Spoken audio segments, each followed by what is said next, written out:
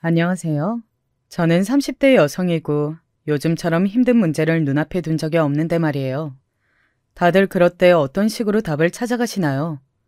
솔직히 누군가한테 말할 수는 없고 친구한테 돌려서 물어보고 싶어도 제 얘긴 줄 알고 들킬까봐 말을 못 하겠어요. 얼마 전에 물어보니 이런 반응이더라고요. 세상에. 야, 나 같으면 돌아버릴걸? 그냥 싹 다 인연 끊어버리고 잠수 타고 사라질 것 같아. 어떻게 살아 그러고. 근데 그게 누군데? 너랑 아는 사람 얘기야? 여기서 더 깊게 말하다 보면 결국 제 얘기인 걸 눈치챌 것 같더라고요. 그래서 말은 못했는데요. 아무튼 일단 좀 털어놓아 볼게요.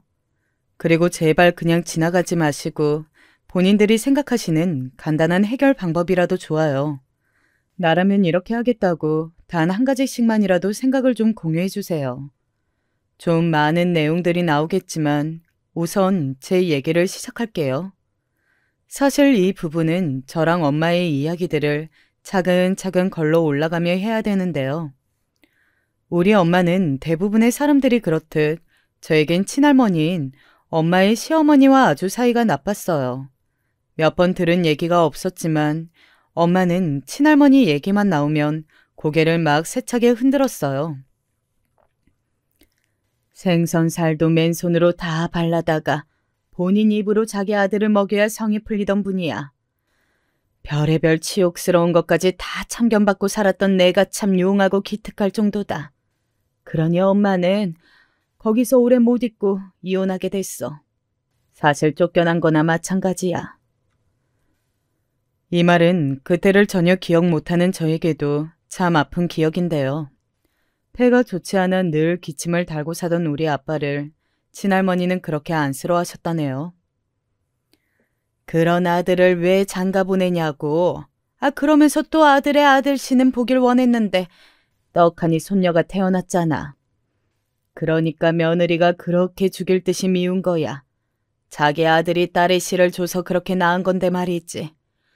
그놈의 아들, 죽을 때까지도 막내 아들 이름만 불렀다지. 이렇게 한이 제대로 맺힌 우리 엄마는 더 참을 수 없어서 저를 데리고 나왔는데요. 그 뒤의 삶이 80년대 후반에 결코 순탄할 리가 없었어요.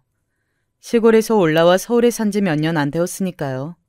그래도 제 기억에 어렴풋이 화가 아주 많이 나 있던 외숙모와 술만 드시던 외삼촌 얼굴이 남아있어요. 그때가 외삼촌네 살 때였지. 얼마 안 돼서 나만 강원도 외할머니네로 넘어갔잖아. 엄마는 나중에 서울 가고. 정말 이 말 맞다나 제가 초등학교 될 무렵 엄마는 강원도로 절 데려갔어요. 외삼촌네 식구들과 사는 건 솔직히 힘들었고 기댈 곳은 외할머니밖에 없었거든요. 근데 그때 외할머니가 어린 저를 붙들고 이런 말씀을 하신 적이 있는데요. 12살쯤이었는데 그 말이 그렇게 상처가 되었어요. 수진아, 네 엄마 이제 그만 새로 인생도 살고 하라고 시집 가라고 하자. 그럼 어떠냐? 니는 나랑 계속 살다가 공부하고 시집 가면 되고 네 엄마도 그렇게 장창하게 앞날이 폈는데 계속 얼라만 감싸고 있을 수 없잖아. 안 그래? 할머니, 나는 너무 싫어. 그럼 엄마가 서울 간 것도 결혼하러 간 거야? 나만 놔두고 시집 가려고 간 거야? 싫어, 싫어. 엄마 다시 불러줘. 이래서 제가 하도 고집을 부리고 통곡을 하는 통에 그때 엄마가 서울에서 잠깐 내려왔었어요. 수진아, 엄마 어디 안 가. 그냥 진짜 외할머니 말처럼 일하러 다녀온 거잖아. 불안해하지 않아도 돼? 그런 엄마를 저는 안 놔주고 그렇게 울고 짜고 해서 외할머니에게 엄청 맵게 등짝을 얻어맞곤 했어요. 아무튼 좋건 싫건 그렇게 강원도에서 쭉 자라다가 20대 중반쯤 완전히 엄마에게 갔어요. 이렇게 길게 떨어져 있는 동안 엄마는 뭘 했냐고요? 외할머니가 딸내미를 혼자 기르는 동안 엄마는 계속 일해서 제 학비를 보내주고 제 시집 보낼 자금까지 마련을 하셨답니다. 너랑 같이 살면서 벌면 좋았을 거야. 근데 엄마가 너무 부족한 사람이라 그렇게 하기 힘들더라. 중간에 너 아플 때 못 가보고 외할머니가 사춘기 손녀 힘들어 죽겠다고 할 땐 나도 길 가다 많이 울었어. 무슨 죄를 지어서 이 꼴이 된 건가 했거든. 엄마 말을 들으면 저도 본의 아니게 막 죄책감이 들어요. 예전에 외할머니가 자꾸 술만 드시면 이런 말씀을 하셨거든요. 그렇게 일찍 시집 안 가도 됐을 거야. 네 엄마는 너가 외할아버지가 빨리빨리 시집 가서들 애 낳고 하라고 집에서 먹는 거 축내지 말고 나가라고들 그랬지. 네 엄마 착해서 대충 할아버지가 선복에 한 집이랑 결혼한 거야. 거기 시애미가 그렇게 독해 빠진 여편네인 줄 모르고 겁도 없이 보냈었지. 그래서일까요? 그 요구에 순순히 따랐던 우리 엄마는 형제들 중 가장 힘든 상황에 놓였어요. 왜냐면 외삼촌, 이모들 모두 다 결혼해서 쭉 잘 사시거든요. 거기 자식들인 사촌 언니와 동생들 모두 부유하게 잘 살고요. 막내가 저렇게 힘들게 사니 원. 내 마음이 늘 힘들어. 내가 그 결혼 못 말리고 너 얘기 때 못 봐준 게 한에 사무쳐서 이렇게 지금 데리고 키우는 거잖여. 그러니까 너도 앵간히 떼쓰고 할미 말 좀 잘 들어. 이런 외할머니의 말을 뒤로하고 저도 나름 차근차근 나이를 먹고 엄마 옆으로 갔어요. 엄마는 서울 등지에 작은 빌라를 얻어서 살고 있었고 저는 엄마랑 3년 남짓 같이 살았어요. 그러다 직장 동료를 만나서 결혼하게 되었답니다. 이때가 되니 저도 약간 후회가 되는 거예요. 엄마, 나 어릴 때 외할머니가 엄마 시집 보내주라고 네 엄마 놔주라고 했었는데 그때 놔줄 걸 그랬나 봐. 나는 결혼하면서 엄마 혼자 있는 걸 보니 괜히 미안하네. 으이그, 지금 그런 말을 해서 뭐하니. 그때 시집 갔으면 골백번도 더 갔겠다. 지금 이렇게 쭈글쭈글해지고 할망구가 되었는데 누가 데려가겠어. 됐어. 외삼촌 와서 혼주석에 같이 앉는다고 했으니 걱정 안 해도 돼. 그런 뜻으로 말한 건 아닌데 엄마는 혼주석 비는 것을 걱정하고 계시더라고요. 근데 저도 이때 비밀이 하나 있었는데 20살 무렵까지는 아빠랑 연락이 닿아 있었어요. 1년에 한 번 볼까 말까 했지만 아무튼 결론만 말하자면 아빠는 진즉 재혼을 하셨답니다. 그래, 아빠 이제 시간이 없어서 나중에 또 통화하자. 아빠, 나 다음에 아빠네 놀러 가도 돼? 아줌마 계셔서 안 되나? 그게 아빠랑 보고 싶은 거면 밖에서 봐도 되지? 아빠가 간만에 옷도 사주고 이것저것 사줄게, 응? 제가 알기로 아빠는 엄마랑 이혼하고 한 1년 안 되어서 바로 재혼하셨다고 들었어요. 그래서 이후에 아이도 태어났지만 애도 여자아이랍니다. 저랑 5살 터울의 아이인데 아무튼 이렇게 따지면 딸 낳을 씨는 우리 아빠가 준 게 맞네요.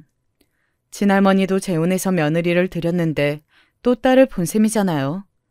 아무튼 이렇게 아빠는 잘 먹고 잘만 사는데 왜 우리 엄마는 그저 생계에만 집중해서 살아왔을까요? 그런데 말이죠. 이 부분을 제가 안타깝게 여기고 말하는 건 괜찮은데 남이 말하고 참견하는 거 진짜 싫잖아요. 근데 이걸 저희 시어머니가 하고 앉으셨더라고요. 저도 제대로 모인 자리로는 처음이라 참았지만 아주 많이 화가 났어요. 요즘이야 다들 이혼 쉽게 한다지만 사돈이 우리 며느리 키우고 있을 시절엔 웬만해선 다 참고 살 때 아니에요? 저도 뭐 이 사람이랑 좋아서 살았겠어요. 애들이 뭔 죄가 있나. 애 부모 없는 자식 만들기 싫어서 참았죠. 그래도 좀 참고 사시지. 어쩌다가 자식 가슴에 대못을 박으셨대요? 저는 순간적으로 눈이 번쩍 뜨여서 정말 많이 놀랐어요. 어떻게 저런 얘기를 대놓고 하실 수 있나 숨이 막 가빠오더라고요. 저기, 어머니, 저는 괜찮은데 왜? 그러자 남편은 여기서 당황해서 얼른 맞더라고요. 그래서 저와 엄마의 말이 몇 마디 더 안 나가고 끝났어요. 엄마, 왜 이래 무례하게. 그런 말 하는 거 아니야. 저기, 죄송합니다, 어머님. 이렇게 말하니 저희 엄마도 억지로 웃긴 하셨지만 평소에 이렇다 싶게 말이 없으신 분이라 더 걱정되더라고요. 만약 남편이 저렇게 막아들지 않았으면 엄마는 무슨 말을 했을까 싶었고요. 아무튼 우리는 그렇게 넘어갔고 남편은 정말 많이 미안해했어요. 어머님, 아니, 이제 장모님이시지? 그래, 장모님 많이 속상해 하셨지. 정말 미안해. 엄마가 왜 그랬을까? 아니야, 더 길게 말 안 할게. 미안. 연신 사과를 하던 남편은 이후로도 저에게 생트집을 잡으시는 어머니를 보고 제 얼굴이 굳자 피곤해 하더라고요. 엄마, 저기, 우리는 우리가 알아서 적당한 곳에 집 얻을 거야. 어차피 아빠가 알아보고 있던 건데 왜 자꾸 이 바로 앞으로 오라는 거야? 나 독립해서 산 지도 오래됐고 이 나이에 엄마 아빠 근처에서는 못 살아. 우리가 알아서 할게. 이상하게 저보다 남편이 더 어머니랑 사이가 안 좋아 보이길래 더 나설 수는 없었어요. 안 그래도 이때 어머니가 이상한 고집을 부리셨거든요. 그럼 나는 자식이랑 멀찌감치 떨어져서 또 살라고? 장가 가기 전에 네 혼자 나가서 살던 거라. 장가 가고 떨어져 있는 건 남들 보기에 안 좋잖아. 이게 뭐냐고. 네 아빠도 그렇게 내 속을 썩이는데 너까지 그래야겠어? 엄마, 그런 얘기는 여기서 할 게 아니고 아무튼 그만 얘기해요. 당시 아버님이랑 어머님의 사이는 별로 안 좋아 보이시더라고요. 남편도 저한테 이때 슬쩍 말했어요. 나는 엄마가 당신이나 장모님한테 그렇게 이혼 가정이랍시고 말 함부로 한 거 내가 더 화내는 이유가 있어. 우리 부모님은 이혼만 안 했을 뿐이지 사이가 정말 나쁘셨거든. 나 진짜 맨날 싸우는 거 보고 자랐어. 하다 너무 스트레스 받아서 대학 가자마자 곡장 군대 갔고 유학도 갔고 들어와서는 독립한 거야. 나는 당신이 자기 인생 계획 되게 철저하게 세워서 빨리빨리 움직였다 싶었는데 사정이 있었구나. 얼핏 보면 그래 보일 수도 있지. 근데 난 정말 우리 부모님 사이에서 사랑 같은 분위기를 느껴본 적이 없다니까. 적어도 아빠는 나한테는 잘해주시곤 했지만 엄마랑 말할 때는 늘 인상을 쓰고 있었어. 엄마도 마찬가지야. 맨날 쨍쨍거리면서 아빠한테 화내고 그러다가 울고. 아휴. 그래서 그런지 남편은 우리 엄마네 같이 놀러가면 무척 좋아했어요. 장모님, 저 청국장 저번에 끓여주신 거 또 해주시면 안 돼요?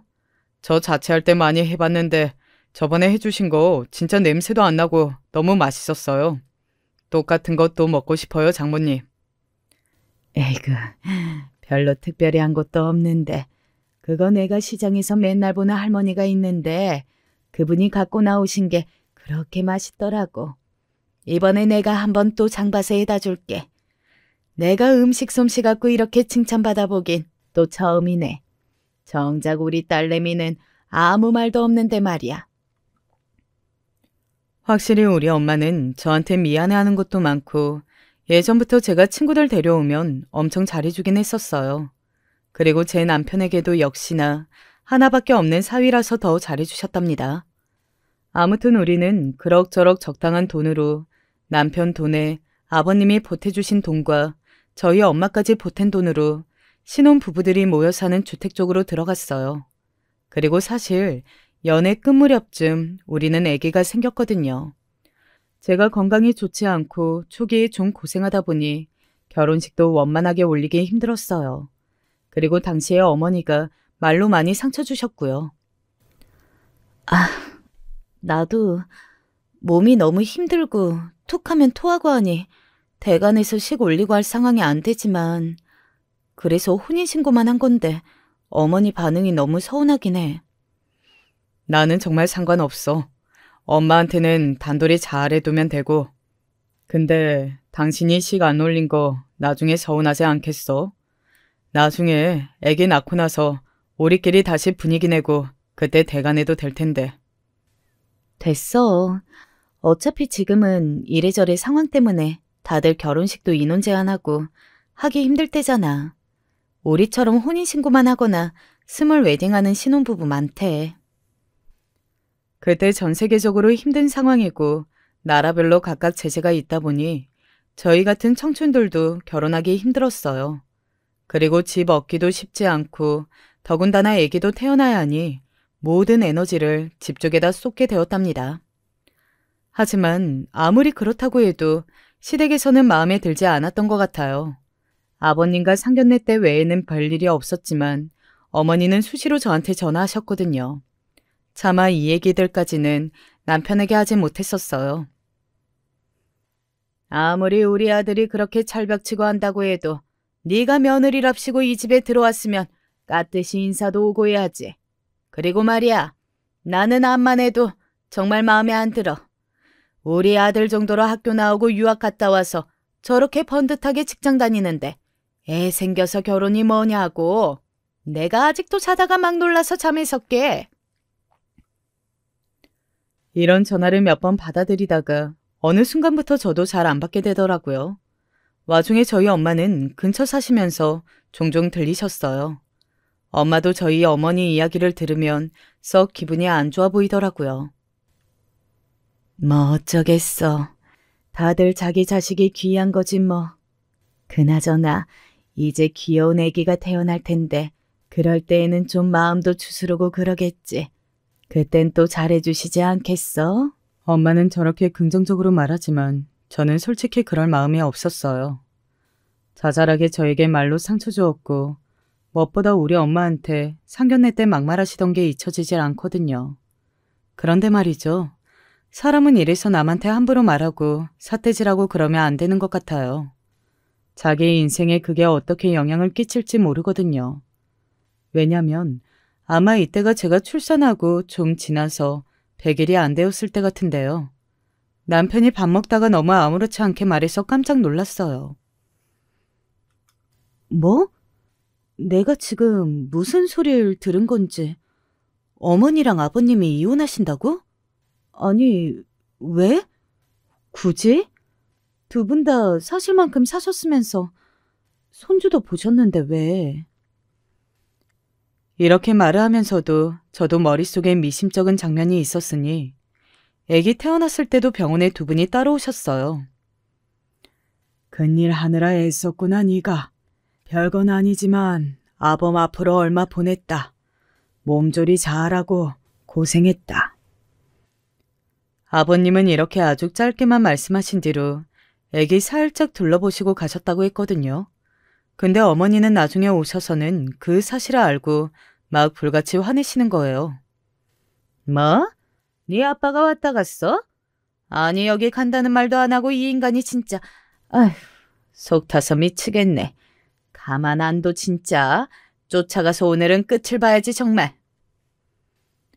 그러면서 병실 앞에서도 계속 전화를 걸어대시고 우리 애기도 잠깐 훑어보시더니 저한테 실컷 잔소리만 안기고 사라지셨거든요.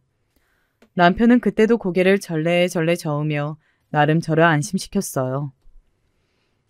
엄마랑 아빠는 진짜 안 맞아. 아빠도 오죽했으면 엄마한테 말도 안 하고 따로 왔겠어. 엄마도 지금 이문에 가 있는 것 같다고 했는데 아휴 골치 아파. 내 앞길이나 생각해야지. 참 자기야 아빠가 용돈 보내주셨는데 거의 산후조리원급 금액으로 보내주셨어. 어머 정말? 너무 많이 보내주신 것 같은데 어떡하지? 어떡하긴 뭘 어떡해. 이럴 때는 그냥 받는 거야. 아빠도 지금 사는 재미가 하나도 없을걸. 아까도 표정 별로 안 좋아 보였잖아. 엄마랑 지금도 싸우고 있을 거 상상하니 갑갑해 죽겠어. 아무튼 저도 그러려니 하고 그냥 말았고 그 뒤로 감사히 조리원에 들어가서 시간도 잘 보내고 나왔어요. 그런데 갑자기 이렇게 날벼락같이 두 분의 이혼 얘기라니 새삼 충격적이면서도 한편으론 그렇게 뜬금없는 일은 아니었어요. 그럼 어머니는 어떻게 되시는 거야? 친정에 가 계시긴 했었다며. 진즉 그쪽에 가 있긴 했는데 나도 우리 엄마라서 더 나쁘게 말하긴 싫지만 당신이 봐도 우리 엄마 성격 좀 많이 괄괄하잖아. 거기 외삼촌이랑 이모들이랑도 사이 별로 안 좋아. 아마 거기도 얼마 못 있다 나올걸? 아빠가 위자료도 어느 정도 얘기를 했고 정말 따로 사실 생각인가 봐. 결국 저는 이 상황에서 더 입을 대고 어쩔 수가 없어서 그냥 있었어요. 엄마에게 말을 했는데 엄마 역시 썩 표정이 안 좋더라고요. 나는 너무 놀랍고 우리 남편이 짠하기도 한데 한편으론 엄마, 우리 어머니가 엄마한테 그렇게 막말했잖아. 애 놓고 이혼했다고. 나 그 말이 아직도 마음에 맺혀 있어서 솔직히 이러면 안 되는데 어머니 좀 고소하단 생각까지 들어. 어떻게 상견례 자리에서 사돈한테 그런 말을 해? 내가 그래서 어머니랑 안 보는 거야. 그러자 엄마는 한숨만 푹푹 쉬며 그냥 참견하지 말라고 하시더군요. 그런 거 신경 써서 너한테 좋을 게 뭐가 있니?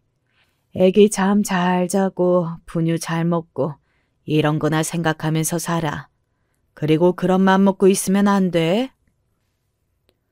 너무나 이빠른 소리라 하는 엄마의 말이 잔소리처럼 느껴졌지만 사실 저는 실제로 마음의 여유가 없긴 했어요.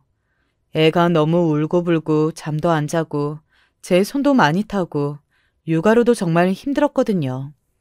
그런데 주변의 친구들 말로는 이 무렵 때 시댁과 많이 마찰이 있다고 하더라고요. 어머, 니네 시댁 어른들 따로 사신다고? 이혼하셨다는 거야? 대부분 그 무렵 때 시어머니들 엄청 드나들고 진짜 박 터지게 싸워. 우리 어머니랑 나랑 대판해서 애 돌도 되기 전에 우리 부부 이혼한다고 내가 다 엎었잖아. 친정 엄마랑도 육아 가치관 달라서 싸우는데 시어머니가 웬 말이냐고. 진짜 많이 싸웠어. 그래? 하긴 나도 우리 어머니 계속 별일 없으셨으면 우리 집 엄청 오셨을 것 같아. 나 임신 중에도 전화 없이 불쑥 오신 적 있거든. 아무튼 남편도 어머니랑 안 보고 살고 있어. 근데 이때 친구가 좀 의미심장한 얘기를 하더라고요. 그래도 혹시 몰라. 이제 따로 떨어져 계시니까 아들들은 결혼하면 효자가 돼서는 자기 엄마 안쓰러워하거든. 그러다가 또 찾을 수도 있으니까 너 정신 단디 차리는 게 좋을 거야. 하도 친구들이 시댁 문제로 겁을 줘서 저는 대충 흘렸는데 아니나 다를까 얼마 안 되어 이 일은 현실로 일어났어요. 실제로 개인의 의지로 어쩔 수 없는 일이었지만 처음 들었을 땐 많이 놀랐답니다. 저기 여보, 나 이런 말해서 너무 미안한데 엄마한테 한번 가봐야 할 것 같아. 그게 왜 미안할 일이야. 당신 어머니니까 당신이 챙기는 게 맞지. 근데 왜 그러는데? 무슨 일이 있어? 그러자 남편은 힘이 다 빠진 얼굴로 말하는데 저도 순간 놀라긴 했어요. 엄마가 엄청 아픈가 봐. 사실 예전부터 부인과 수술하고 그런 적이 있거든. 근데 그건 엄마가 술병 나고 하도 몸 관리를 안 해서 아무튼 나한테 전화해서 막 뭐라 하더라고. 내가 서방이랑 이혼했지 자식이랑도 연 끊었냐며. 그 말에 나도 너무 무관심했나 싶긴 했어. 아휴, 어찌되었건 남편의 엄마니까 그리고 저도 안 본 지 꽤 되어서 미운 감정이 좀 삭혀져 있긴 했어요. 그래서 남편과 같이 애기 안고 어머니 댁에 들렸는데요. 제가 듣기로 분명히 아버님이 어느 정도 위자료 챙겨주셨다고 들었는데 상황이 생각보다 꽤 안 좋더라고요.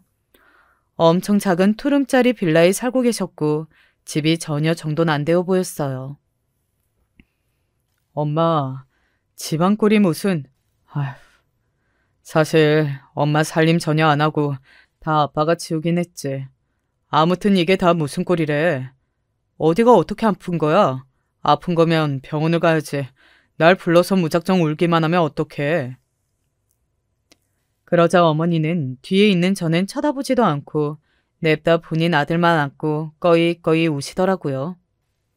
네 아빠가 위자료도 제대로 안 주고 아주 욕을 하면서 내쫓았어. 네 아빠 나는 가만 안 둘 거야 진짜. 나도 고소할 거라고. 이렇게 아픈 사람을 병자를 갖다가 내쫓았다니까. 일평생 저 하나만 보고 살았는데 말이야. 그러자 남편은 고개를 또 저어가며 단호하게 자르더라고요. 엄마, 일단 병원 모셔다 드리고 접수해 드릴 테니까 그렇게 하시고 와서 보니까 특별히 어디 심각하게 아픈 건 아닌가 보네. 죽을 소리를 하더니만. 그리고 무슨 아빠가 위자료를 안 줘. 아빠가 몇 억 줬다고 들었는데 그런데 여기로 이사 온 거야?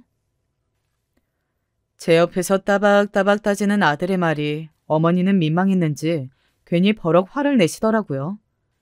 너는 무슨 놈의 말을 갖다가 됐어. 그렇게 못되게 굴 거면 너도 가. 아주 자식이니 뭐니 싹 다 필요 없어. 내가 말년에 이렇게 살 줄 누가 알았겠냐고. 아이고 속이야. 이때 나오면서 남편도 속이 답답해던지 아버님께 전화를 걸었는데 저는 그 짧은 통화에서 아주 놀라운 사실을 엿듣게 되었어요. 남편도 처음에 스피커로 통화하다가 갑작스러운 충격 선언에 기겁을 해서 꺼버리더라고요. 아빠, 엄마네 갔다 왔는데 엄마 말이 사실은 아니지? 아빠가 위자료 얼마 안 줬다고 그러던데? 엄마 사는 집 갔는데 집 꼴도 말이 아니고 엉망진창이야. 진짜 와이프 데리고 갔다가 창피해서 얼른 나왔다니까. 실제로 저도 발붙이고 있을 곳이 없을 정도로 정신없이 음식 먹은 그릇이며 캔이며 다 널브러져 있어서 놀랐어요. 아기를 바닥에 누일 수가 없더라고요. 웬만한 60대 연령의 아주머니들은 혼자건 둘이건 깔끔하게 사시지 않나요? 혼자 사느라 집 엉망인 제 친구 원룸보다 더 심각해서 실제로 어머니가 정신적으로 아프신가 싶기도 했어요. 솔직히 아빠 엄마 일에 내가 신경 쓰고 싶진 않지만 나도 좀 자세히 물어보자. 왜 살 만큼 살고 이렇게 말년에 이혼한 거야? 나도 장가 갔고 아빠 인생이긴 하지만 너무 속 시끄러워서 그래. 그러자 아버님이 심하게 한숨을 푹 내쉬더니 이렇게 말씀하시는 거예요. 너도 알아먹을 나이니까 말하겠지만 네 엄마 좀 문제가 있어. 뭐 어디 동창회를 다니더니 하여간 다 뒤져서 알아내고 싸우기도 귀찮고 알고는 같이 못 살 것 같아서 결정한 거야. 너 장가 갈 때까지 참고 살자고. 아빠는 진짜 오래오래 참은 거야. 그냥 하루아침에 뚝딱 자른 게 아니라고. 평소 말수가 없으시고 무뚝뚝하신 아버님이 저렇게 사력을 다해서 본인 입장을 말하시는 게 새삼스럽기도 했고요. 내용은 더 놀라웠어요. 대충 맥락상 뭔가 어머니가 외도를 것 같은 느낌의 이야기였어요. 남편은 허둥지둥 스피커폰을 바꿔서 받고 통화를 마무리하고 껐답니다. 그러고 아무 말도 안 하고 그냥 조용히 들어왔고 남편이나 저나 똑같이 아주 착잡해졌어요. 그런데 사람이 누울 자리를 보고 다리를 뻗는다고들 하잖아요. 저에게 그 다음날 어머니로부터 전화가 걸려온 거 있죠. 안 그래도 앞서 아버님 얘기를 듣고 더 인상이 안 좋아졌는데 어머니는 아주 당당하게 전화해서 저에게 요구하시는 거예요. 나 속도 아프고 아무것도 못 먹고 이러다 굶어 죽겠다. 너라도 얼른 죽이라도 뭐도 해서 와서 좀 와라. 며느리가 돼갖고 내가 전화할 때까지 어째 너는 손가락을 안 하냐? 그러면서도 아주 맑은 목소리로 부르셨는데 저는 좀 고민하다가 우선은 갔어요. 죽이랑 반찬 조금 한 것 같고 어머니 댁에 들렸는데요. 현관에서 신발을 벗고 들어가서 그 좁은 틈을 떠미고 앉으려던 차 갑자기 어머니가 이런 말을 하시는 거예요.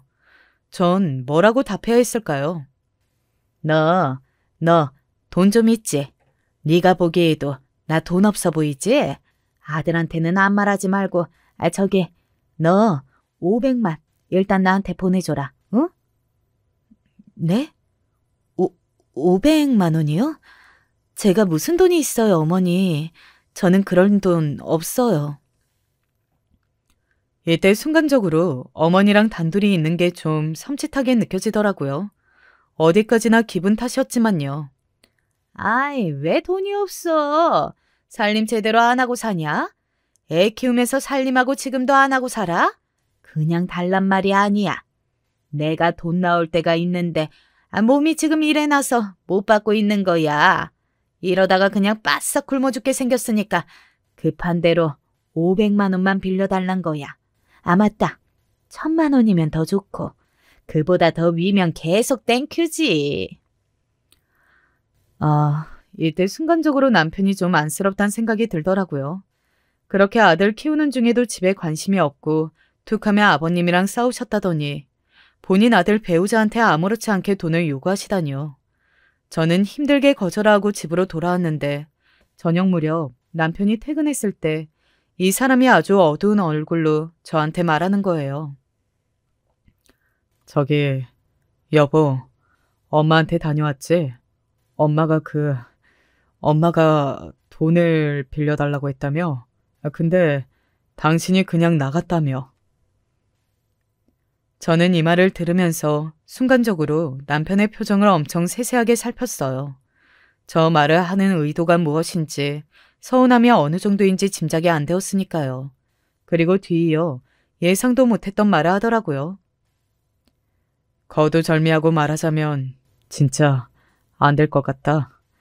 있잖아, 내 입으로 이 말하기 너무 괴롭고 미안한데 우리 엄마 전화번호 차단해주라.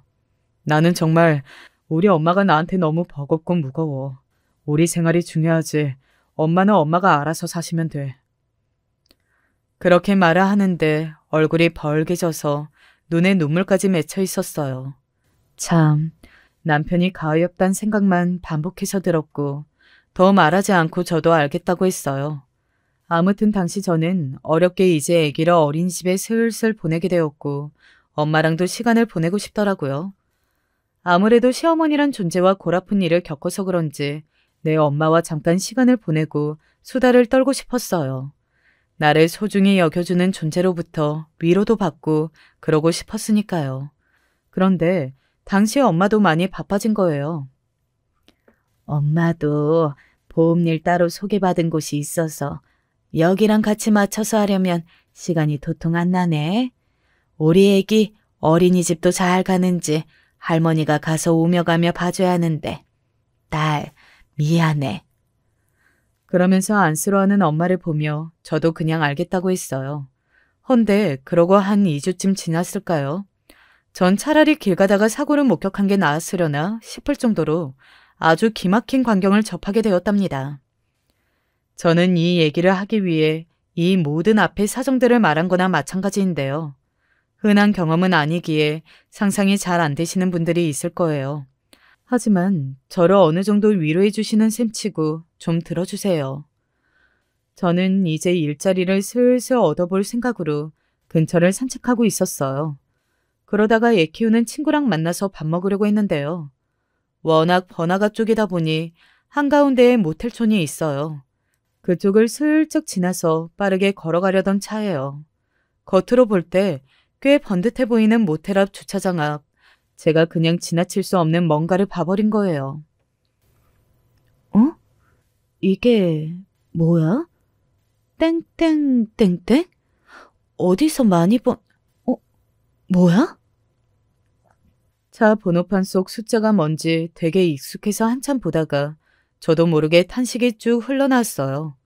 믿을 수 없게도 그 차 번호는 저희 엄마의 중고차 번호였거든요. 제가 이걸 헷갈릴 수 없는 건 엄마의 이 중고차도 같이 장도 보러 다니고 애 데리고 병원도 가고 있기에 착각할 수가 없어요. 심지어 말이죠. 이 상황을 파악하려던 와중에 차 시동이 꺼졌고요. 곧장 문이 두텁게 열리는 거예요.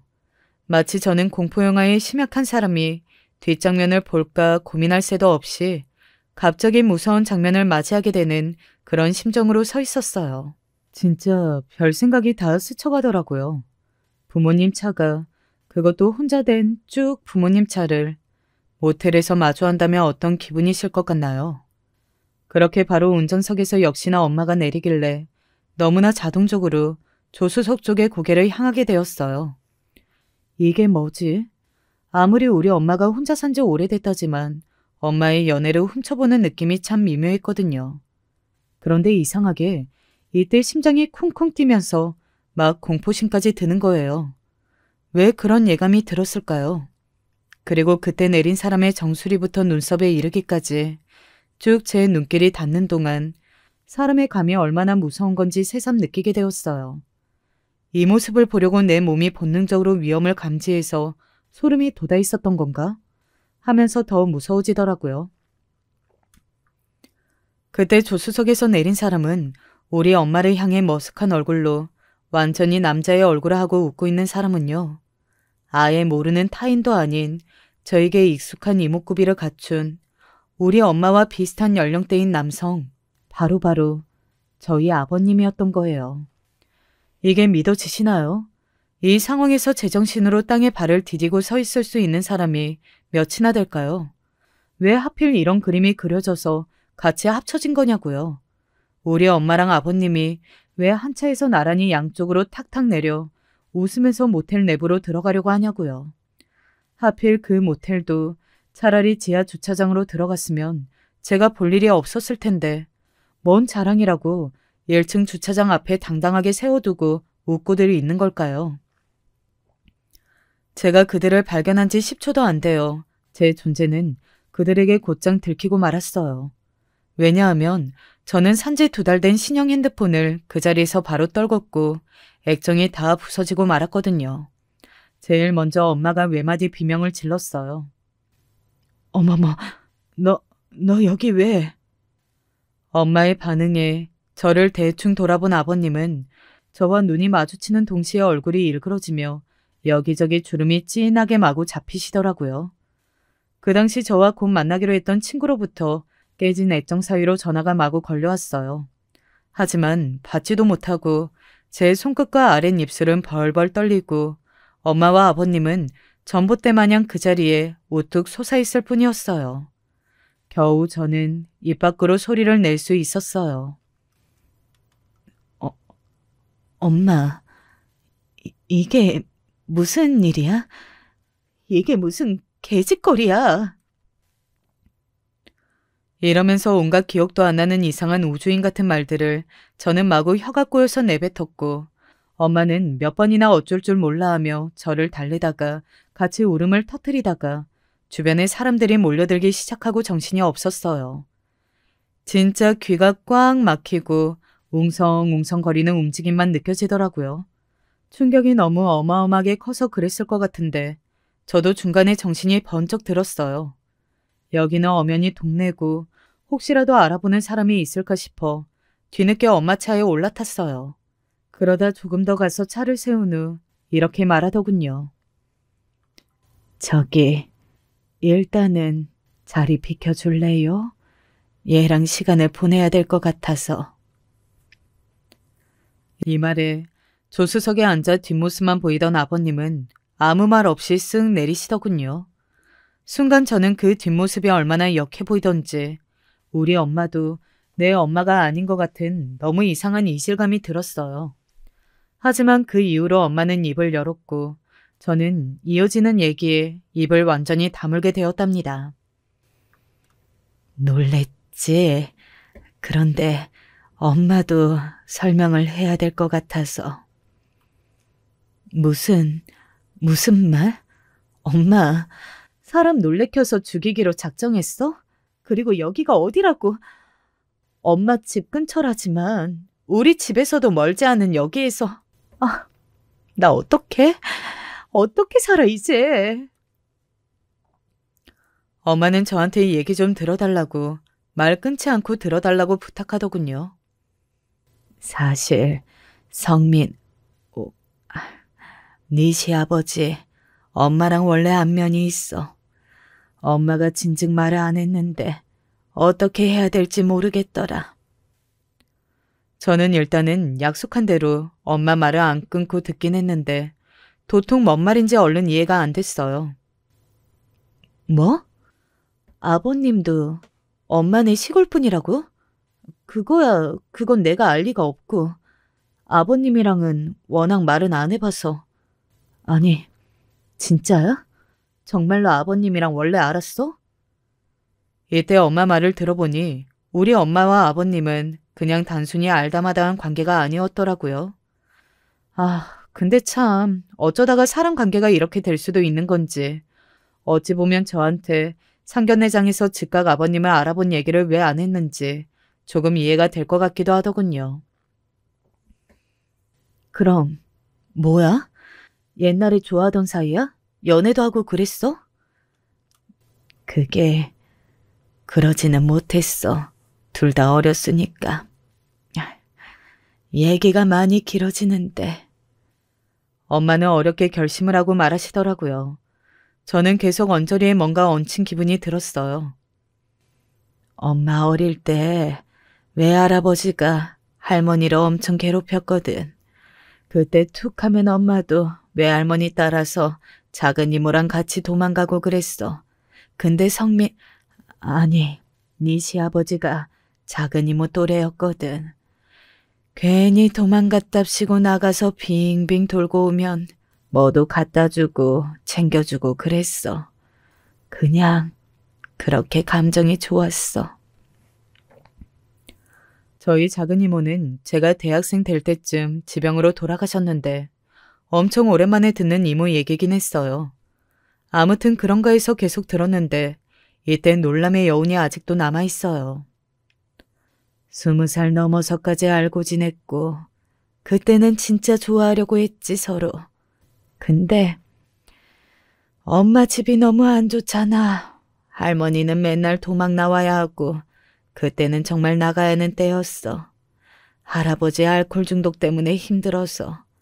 그래도 나와서 연락도 하고 편지도 했는데 그쪽 집안에서 많이 반대했어 엄마를.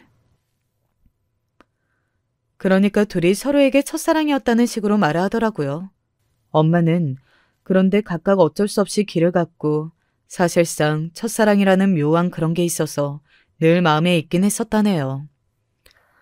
엄마도 어찌어찌 네 아빠랑 결혼했지만 참 실망스러운 사람이었어. 그리고 네 시아버지는 몇 번 어른들이 만나게 해주는 사람들과 거치다가 장가를 갔더라고. 한때는 잘 살았고 또 잘 살고 싶었대. 그런데 잘 안 되었고 어찌어찌 이혼까지 하게 된 거야. 엄마랑은 연락을 많이 하고 이렇게 보게 된 것도 최근이야. 저도 머리가 어질어질하고 마땅한 답을 못 찾겠더라고요. 뭐라고 추임새를 넣는 게 좋았을까요? 엄마의 이런 고백에 말이에요. 나나 네 시아버지나 뭐 대단하게 사랑이 있어서 만나고 그런 건 아니야. 그냥 반가운 거지. 안타까운 거고. 둘 다 너무 나이를 먹었고 시간이 그렇고 그리고 이런저런 사정으로 배우자가 없고. 엄마 얘기를 좀 더 들어보니 아버님과 어머님 사이는 생각보다 많이 처참했더라고요. 이혼 얘기가 나온 건 저희 남편 대학생 때부터였는데 어머니가 계속 잡고 안아주셨었나 봐요.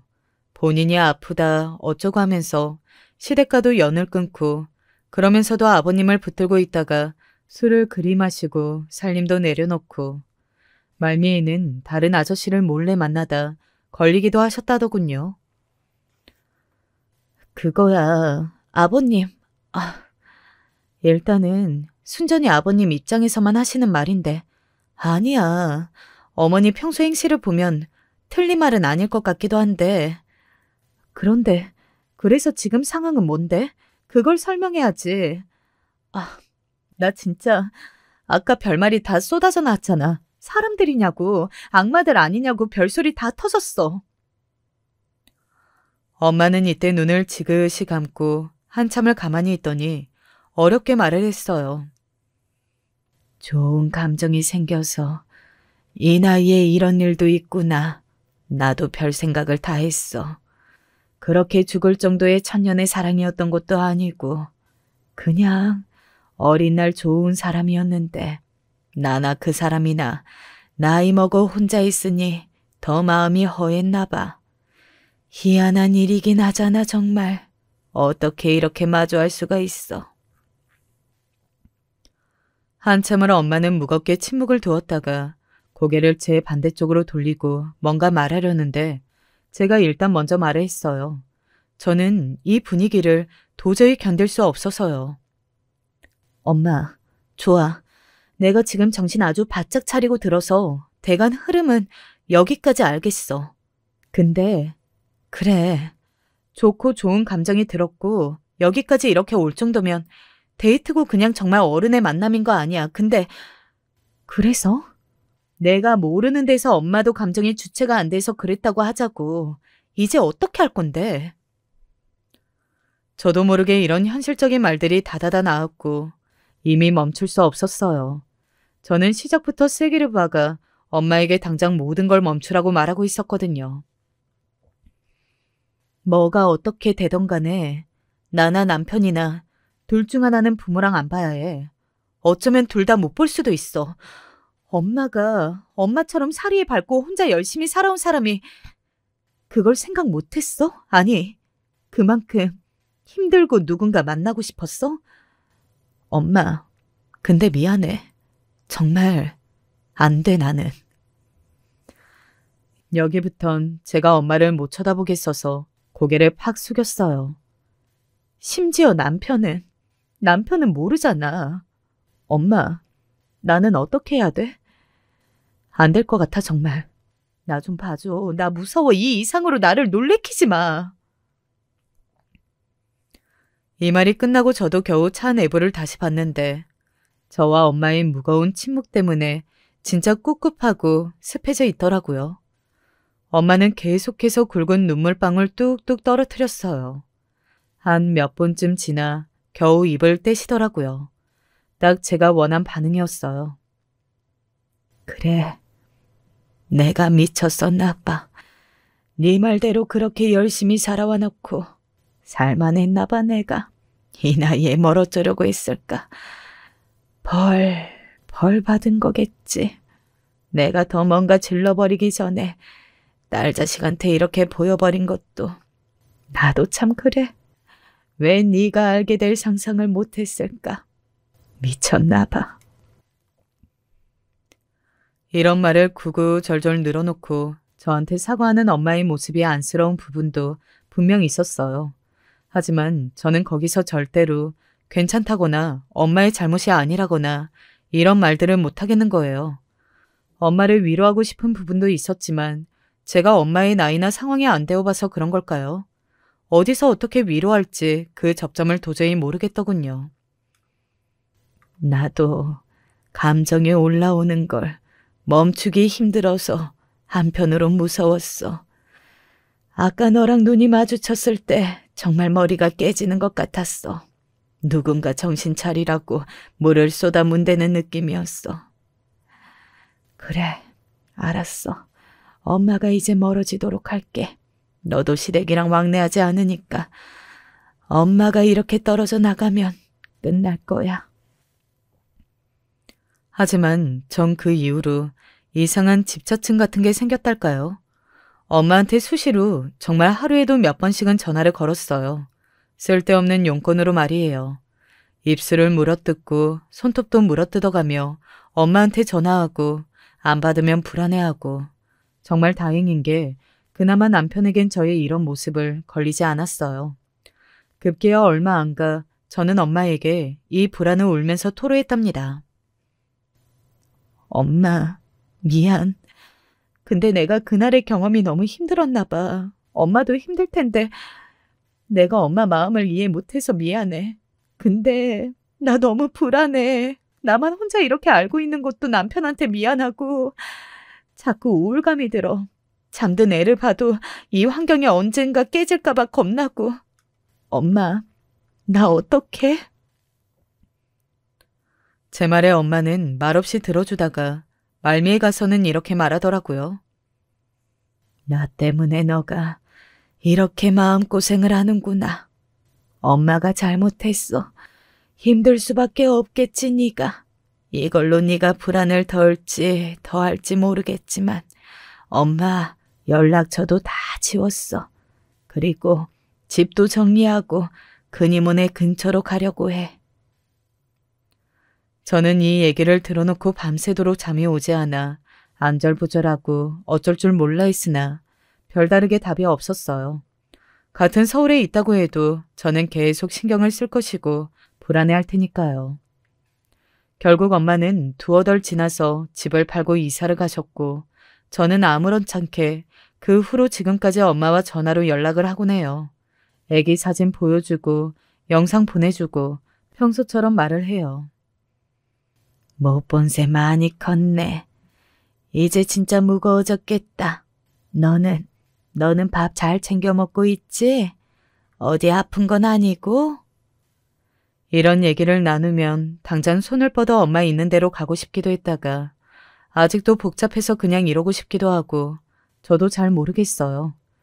여기서 아버님 근황을 얘기해보자면 저와 아버님은 그날 그렇게 서로 스쳐간 뒤 단 한 번도 얼굴을 마주하지 않았답니다. 이게 아버님 본인의 의지인지 아니면 저희 엄마가 뭔가 단도리를 했다던가 그런 건 잘 모르겠어요. 그냥 저는 이렇게 평생 살고 싶을 뿐이고 천만다행으로 남편도 비슷한 의견이었더군요. 진짜 부모님 사이는 더도 말고 덜도 말고 적당히 싸우고 문제가 돼야 자식이 숨을 쉬지. 이혼까지 한마당에 엄마도 저러고 있고 아빠는 아빠대로 등산 다닌다고 바쁘다고 찾아오지 말래. 아빠 저번에 잠깐 어디 안 좋아서 병원 한번 같이 가드렸는데 그때도 둘이 성격 안 맞아서 싸웠잖아. 좌우지간 경조사 때나 보고 가까이 살면서 아프시다 하면 병원 가고 그러려고 그냥. 한편으론 마음이 아픈 게 남편은 그 일을 전혀 모르니까요. 알면 남편이 어떤 반응일까를 몇 번이나 상상했다가 먼 일이 일어나기 전에 맨홀 뚜껑을 어른들이 덮어버렸으니 그냥 저도 억지로 머릿속 안에서 묻어버려요. 하지만 누누이 번번이 생각나는 그 장면 때문에 저는 아직도 심리적으로 괴로운 부분이 있어요. 당연히 두 분은 현재 상태에서 이뤄지면 안 되는 인연이지만 저도 연애 감정이라든지 외로움을 모르는 건 아니니까요. 저 역시 자식이 있고 엄마 입장을 한 번은 생각해 보는 거예요. 둘이 결혼했으면 어땠을까? 아니면 딸과 아들의 사돈으로 몇십 년 만에 어설프게 마주한 게 아니고 그냥 중년 모임에서 만났더라면 그랬다면 훨씬 모양이 낫지 않았을까? 어떤 남녀의 사정이라고 생각하면 너무 안타깝지만 이게 내 부모와 남편의 부모가 반씩 얽혀 있다고 하면 머리가 터질 것 같아요. 저는 진지하게 상담센터 이런 곳들을 끊기 전에 여기에 한번 털어놓아 보았어요. 듣고 그냥 털고 잊어주시리라 생각합니다. 다른 분들이라면 이런 상황을 어떻게 소화시킬 것인가요? 본인의 정신상태 안에서 말이에요. 당연히 이렇게 되어야 했을 상황이면서 평생 저 하나만 바라보고 희생해온 엄마를 생각하면 가슴이 아리고 하지만 어쩔 수 없고 이런 감정이 쳇바퀴 돌듯이 돌고 있어요. 여러 사람의 객관적인 의견을 듣고 싶지만 무지성적인 비난이나 이런 것들은 조금 듣기 힘들 것 같아요. 이미 일어나버린 일 안에서 더 이상 상처를 거듭 받지 않은 한도 내에서 본인 마음 안에서 어떻게 이걸 정리하실 수 있는지 그런 지혜로운 방법이 있다면 도움을 좀 부탁드리고 싶어요. 그럼 여기까지 들어주신 분들 감사합니다. 예전에는 70대를 넘긴 어른이 아주 멀리 높게 보였는데 제가 이 나이쯤 접어드니 순식간이더군요. 나도 모르는 사이 누가 여기로 쭉 업어다 준 것인지 좀 놀랍기도 해요. 마음만은 아직도 60대 언저리를 머물고 있는 것 같은데 말이에요. 그런 와중에 늙음하게 며느리를 하나 얻었는데 저한테는 고민이 아주 많아서 큰일이에요. 아들 부부는 서울에 있고 우리는 좀 떨어진 지방에 살고 있는데요. 가뜩이나 별로 마주칠 일이 없어서 그런지 좀 대면대면하게 지내기도 했거든요. 하지만 아들 부부가 둘 다 나이 먹어서 하는 결혼이에요. 그러다 보니 그것만으로도 고마웠고 가끔 연락을 하는 것만으로도 나쁠 게 없었죠. 며느리가 우리 아들보다 2살 위다 보니 처음엔 남편이 아주 많이 반대했었지만 말이에요. 하지만 아들을 겨우겨우 장가보낼 무렵이 되니 저도 엄청나게 혈기가 올랐나 봐요. 남편한테 적지 않게 큰 소리를 내게 되었어요. 그래서 뭐? 정훈이 40이 넘도록 데리고 살 작정이요? 요즘 애들은 이제 그때 넘기면 끝이야. 언제까지 뭐 죽을 날까지 아들 붙잡고 살 것도 아니고 적당할 때 보내야지. 제발 그런 반대 좀 그만하시오. 이러면서 남편에게 마구 화를 냈죠. 이날도 보란 듯이 아들 앞에서 엄청나게 싸웠지만 아들은 전혀 미동도 없더라고요. 엄마, 난 어차피 아버지 말 별로 신경 안 써요. 이미 결혼하기로 마음먹었는데 뭐. 아버지, 우리 유선이가 얼마나 괜찮은 앤데 그래요. 아버지는 이제 아버지 인생만 신경 쓰면 될 것 같아요. 이때 불똥이 이제 아들한테로 옮겨붙게 됐는데 이 녀석은 지 엄마 아빠 누구 편도 아니지만 생각하는 대로 말하는 스타일이거든요. 어찌 보면 이것도 지 아빠를 닮아 그런 것 같은데 남편은 그걸 그렇게 싫어하고 질색했어요. 뭐 이놈아? 남자놈이 평생 여자한테 뒷목 잡혀 살 거 아니면 어린 여자를 만나야지. 아버지는 그럼 그럴 생각으로 5살 어린 여자랑 결혼한 거예요? 그런데 그래봤자 나이 들면 다 똑같잖아요. 아버지 젊은 날 엄마한테 그렇게 뭐라 해대더니 뭐 별거 없잖아요. 남편이 본인 아들 말에 씩씩거리면서도 시원스럽게 받아치지 못한 건 자기도 할 말이 없었겠죠. 이 사람 솔직히 시대가 이래서 그렇지 요즘 같은 때 태어났으면 결혼 생활 몇 년 못 해보고 이혼당했을걸요? 저랑 아들이 가끔 즐겨보는 어디 TV 프로 같은 것들 보면 참 안타까운 사연이긴 하지만 요즘 젊은이들은 이혼을 진짜 쉽게 하더라고요. 그것도 다들 사정이 있어 보이기도 하고 어쩌다 저런 집끼리 만났나 싶기도 하죠. 저도 생각해보면 어쩌다 이런 분위기에서 잘 버텼나 싶어요. 그나마 아들 장가 보낼 무렵이었던 60대 후반쯤에 남편과 매일매일 들이받아가면서 밥지옥에서 벗어났거든요. 이때 남편은 무슨 배신이라도 당한 것 같은 표정으로 절 원망하더라고요. 이 사람아, 이 나이 되도록 당신 밥만 먹고 살아온 70 넘은 노인네한테 뭔 말이야? 밥을 알아서 차려 먹으라니 굶겨 죽일 셈이야?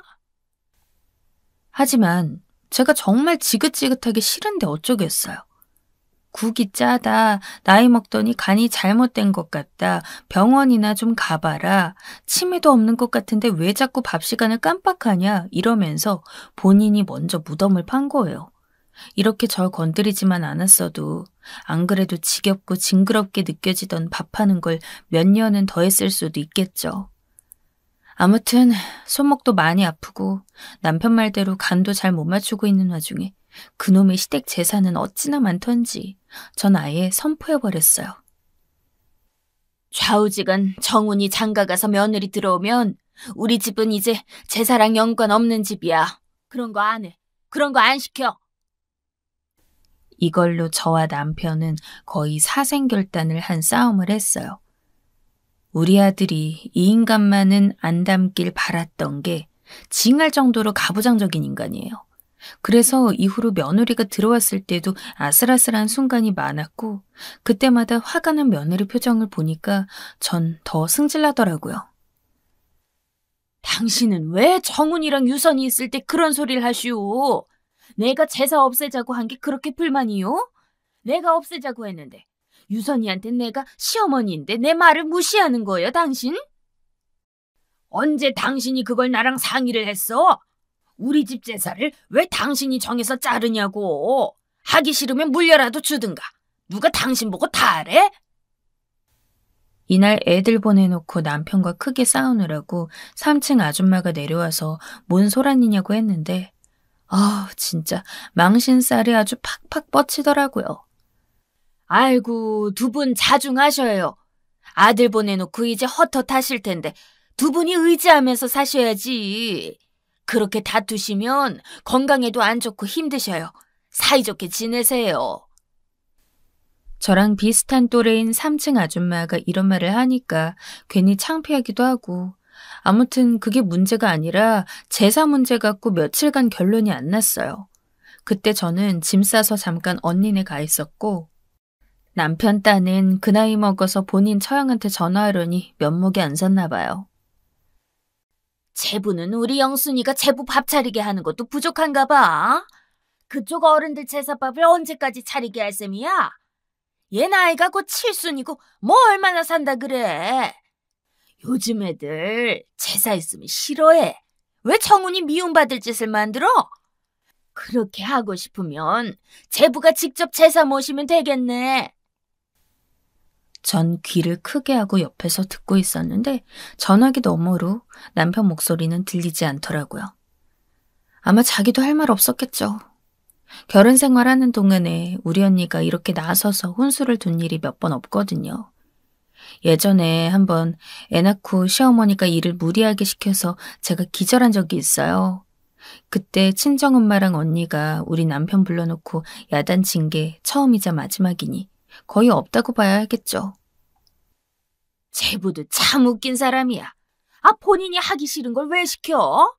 다 늙은 할머니가 하는 소리라고 무시하지 말고 영순이도 집에 보낼 테니까 제사는 영순이 뜻대로 해. 하기 싫다는데 어쩔 거야. 하고 싶은 사람이 하면 되지.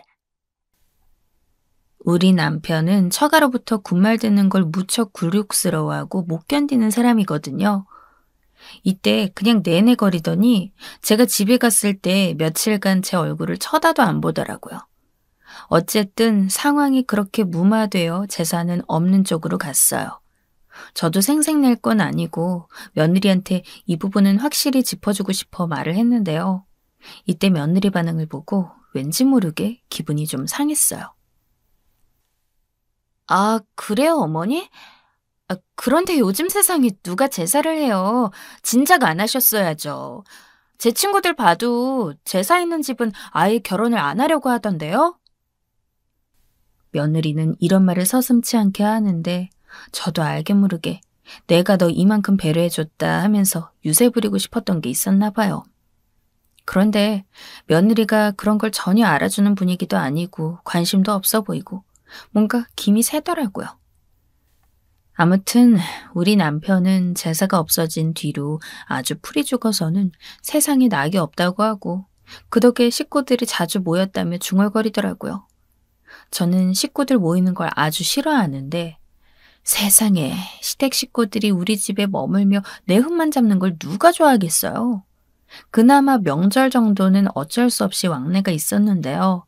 그런 와중에 시댁 아주버님이 돌아가셨고 그 장례를 치르러 온 가족들이 다 모이게 되었어요. 우리 아들 부부도 왔고 저도 정신이 없긴 했는데 하필 여기서 저의 평생 숙적인 신우랑 또 부대끼면서 지내려니까 너무 싫더라고요.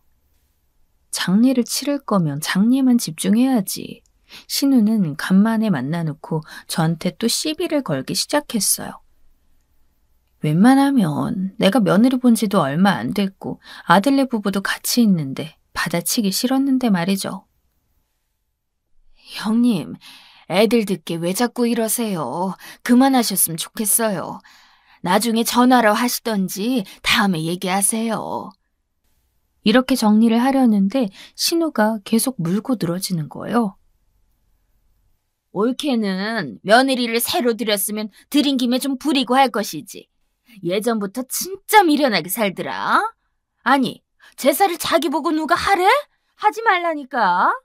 젊은 사람들이 있는데 왜 본인이 할 생각을 하냐고. 안 하면 되지. 이제 오빠도 가시고 우리 가족들끼리 모일 일이 뭐가 있어? 어? 오빠네 사별하고 올케가 이 제사 맡아서 한 게 뭐 한 10년, 20년밖에 안 됐잖아. 다 그렇게들 하고 사는 거야, 응? 신우는 이날 나를 잡았다고 생각했는지 제사를 없앤 것에 대해 아주 앙금을 털어놓더라고요. 남편은 저한테 당한 게 있어 그런지 쉽게 거들진 못했지만 그래도 제 복장은 여전히 터졌어요. 그러면서 우리 며느리한테 막 뭐라고 하는데 며느리도 이때 당황한 얼굴로 어쩔 줄 몰라 하더라고요.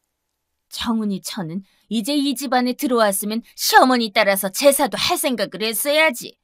그런 건 시어머니한테 진즉 배우던 거야. 정훈이가 어떤 집안인데 이런 집안에 들어왔으면 단단히 각오를 해야지. 제가 나서서 제지하려고 하는데 신우는 아예 저를 밀치고 며느리한테 화풀이하고 그 와중에 며느리도 표정이 점점 굳더라고요. 이봐. 올케가 며느리한테 아주 잡혀 사나 보네. 아니, 뭐 죄진 게 있고 그리 부족한 게 있어서 며느리 시집살이를 하는 거야? 요즘 그런 머저리 같은 시어머니들 많다더라. 젊은 애들 눈치 보니까 자기 위에 있던 전통을 거스르는 거네. 진짜 아주버님 장례식장에서 이날 신우의 머리채를 잡을 뻔했네요. 적당히 했으면 좋겠는데 맨날 저렇게 선을 모르고 멋대로 고무줄 뛰넘듯 하거든요. 사실 저와 신우 사이에 사연이 있었으니 신우는 결혼 초부터 저를 못마땅하고 아주 굴려먹으려고 애를 썼어요. 우리 친정언니가 세상에서 제일 싫어하는 게 우리 신우이고요. 요즘 애들이 왕따 시키는 그 일진 미워하듯 우리 신우도 깡패나 진비 없는 사람이거든요. 툭하면 자기 남동생이랑 올케 사이를 이간질해야 속이 풀리더라고요. 예전에 같이 마을회관에서 봉사를 했는데 그때 동네 어른들이 제 칭찬을 좀 하셨어요. 아이고, 경옥 씨 올케는 어쩜 저렇게 손이 고와. 일도 잘하고 재주가 많어. 아주 대단한 사람이 왔어. 성격도 좋아 보이고 경옥 씨네 집은 새 식구 복이 참 많네. 저는 이 말을 잊지 않고 계속 생각하고 우리 신우를 미워하는 게요.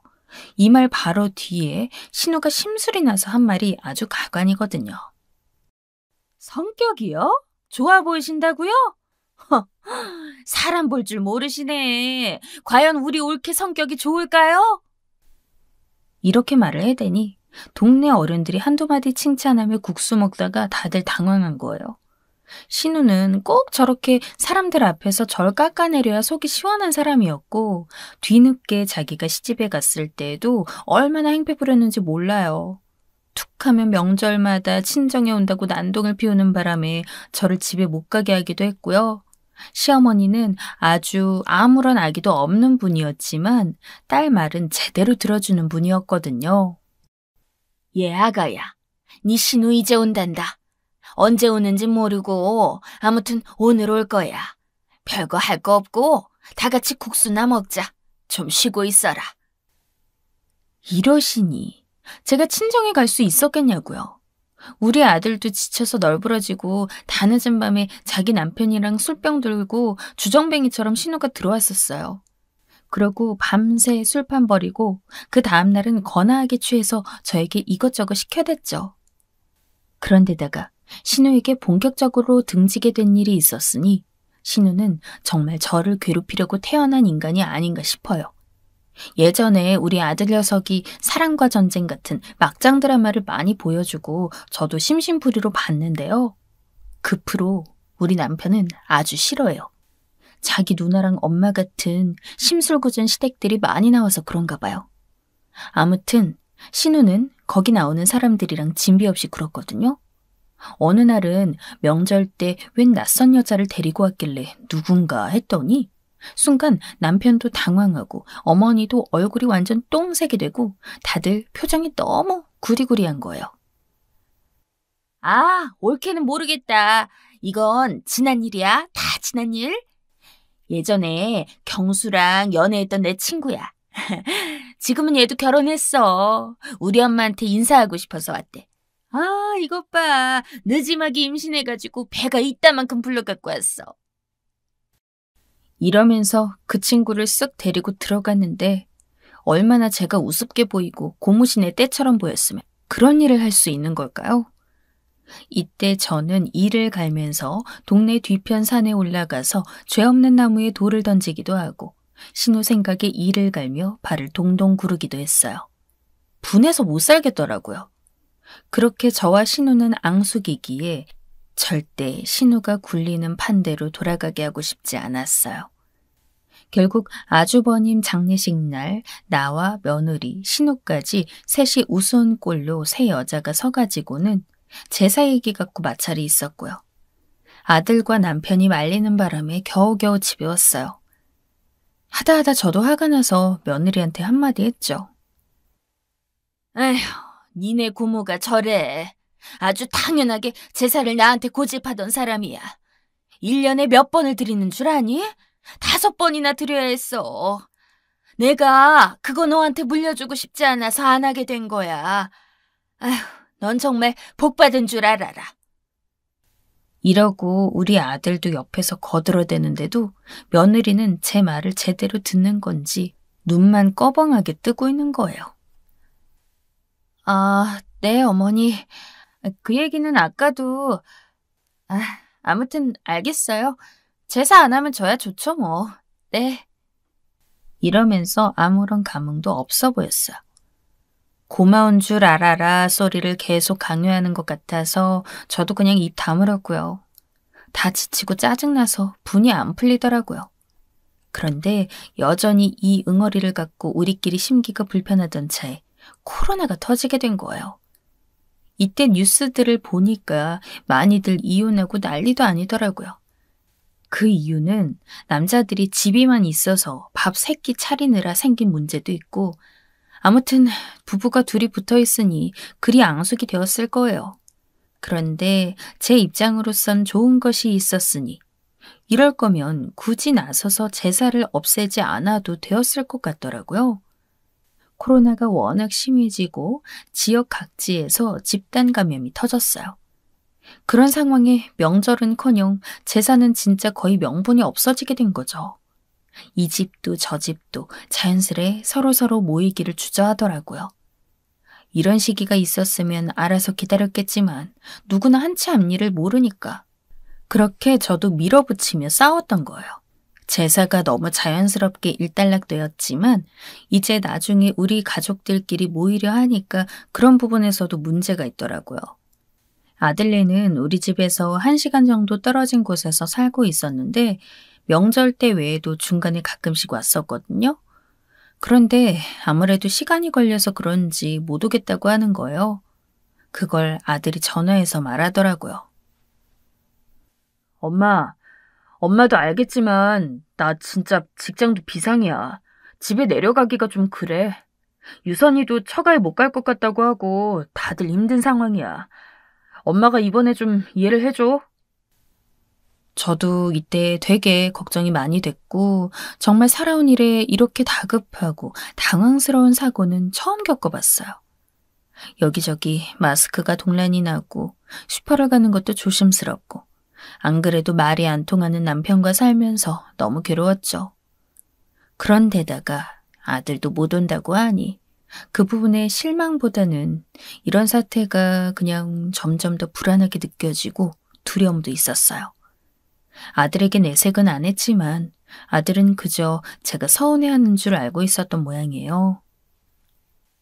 엄마, 우리 걱정은 안 해도 되는데 엄마가 좀 그렇지? 미안해. 이렇게 말하는데 아마 이쯤부터 의견이 좀 엇갈렸는지 몰라도 아들은 좀 눈치를 보는 것 같더라고요.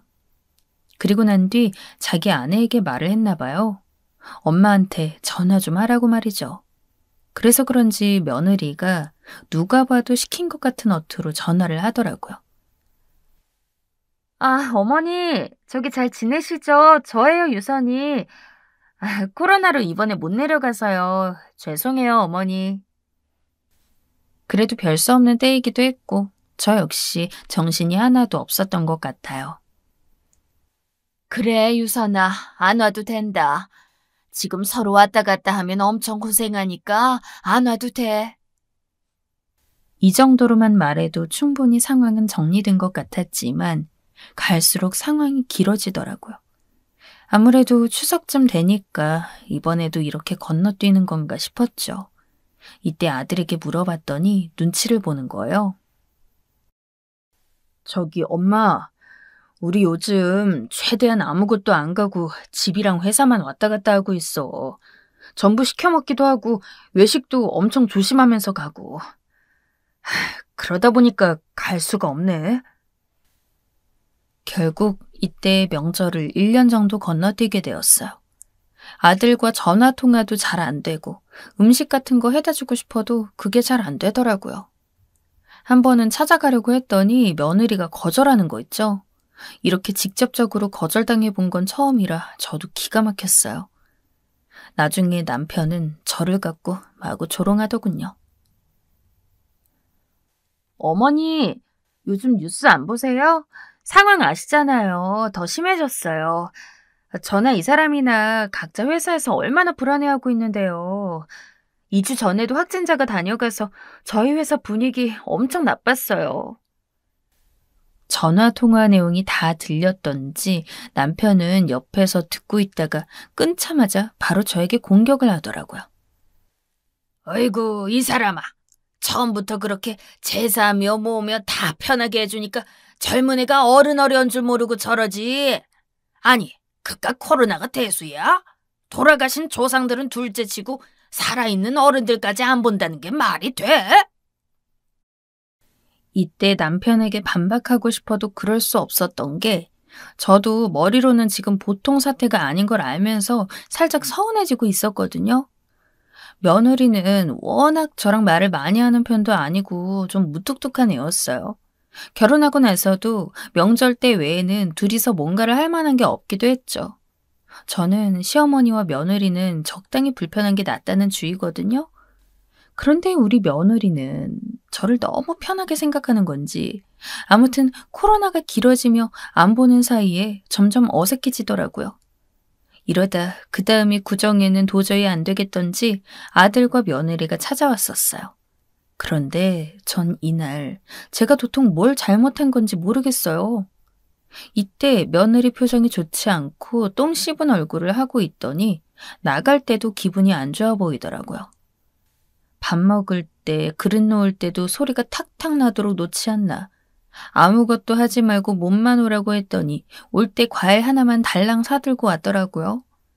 명절에 선물 세트 같은 걸 하나라도 들고 오기 마련인데 검은 봉다리에 과일만 팽그르르 돌고 있었어요.